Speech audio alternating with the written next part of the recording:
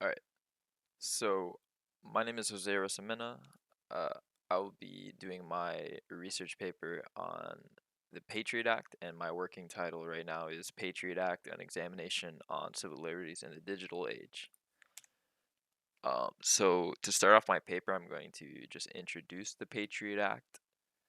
Uh, so Patriot is actually an acronym that stands for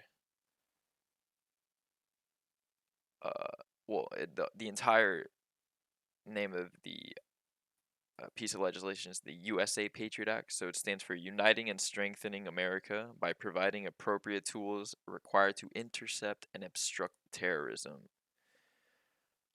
So how did it come about? The name is self-explanatory, I think, but we'll obviously delve deeper into it. So how did it come about? So this piece of legislation was directly tied to the September 11th terrorist attacks in 2001. And the reason why it was passed was, as the name states, is to intercept and obstruct terrorism. Right. This is the original goal of this piece of legislation. But the way it came about was as a reaction to these attacks. So, a lot of us were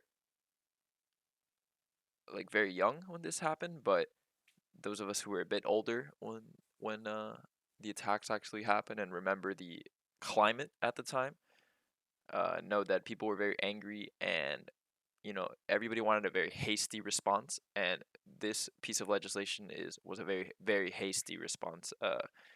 It was very rushed, uh, and we'll see why that causes problems later in the presentation. And this is the really important part for us: is why is it relevant to civil liberties? Well, very plainly, it just kind of attacked a lot of them, and I'll get into that in the body of my paper. So, what civil liberties are being attacked? It's more than one, and these are very big ones as well.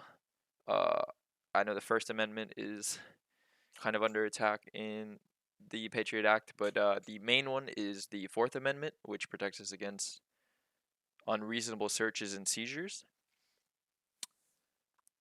And this is bad because this is part of like some of the first 10 amendments, which are considered like integral to protections for citizens. So why does it matter that our civil liberties are being attacked? Well, first of all, civil liberties are essentially protections to grant against abuses of power, and what this uh, piece of legislation did was enable the government to abuse their power. Uh, so that's why it matters. And the way it was enforced is particularly of interest to us in this class because of Title II, which was a provision in the Patriot Act. Basically, you know the header of this title is the enhanced surveillance procedure. So basically, it just dictates in what ways they were going to um, survey. Yeah, I guess survey terrorists. And the problem is that it, it was too it was too everything that was in Title II was too strong, and it enabled the government to abuse their power too easily, especially in terms of like technology and digital resources. So, for example, there were protections for things like wiretaps, voicemail, electronic communications, and when this act was passed, specifically in Title II, a lot of this got repealed or weakened or even just like flat out thrown out the window. So just to give you an example of like why this is problematic for today's day and age, any subpoena issued to internet service providers were expanded to not only include the name, address, and local and long distance telephone numbers. But it also had to include, the session time, so the duration of a phone call, the types of services used, email, text, etc. The communication device address, the IP address. These are all things we try to protect and very private to us.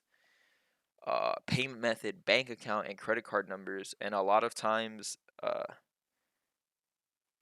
you didn't even have to be specifically involved in a crime for this to happen.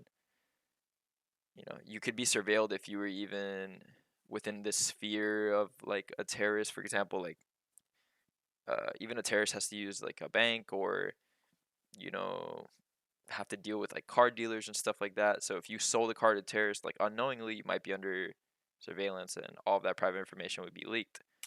Uh, I don't want to keep this video too long, so conclusions that I'll be making in my paper were that the Patriot Act was highly unethical. It had good intentions and poor execution. Originally, it was made to fight against terrorism, but it ended up kind of just sucking in a lot of regular people and harming regular people, and I'll get into that in the paper. It was legally questionable at best. There have been several like cases where they show why, and I'll be examining some of those. And finally, just violated some rights, some civil liberties that we have in order to protect, me and you and American citizens. These are just some of the references that I'll be using in my paper. Thank you for listening.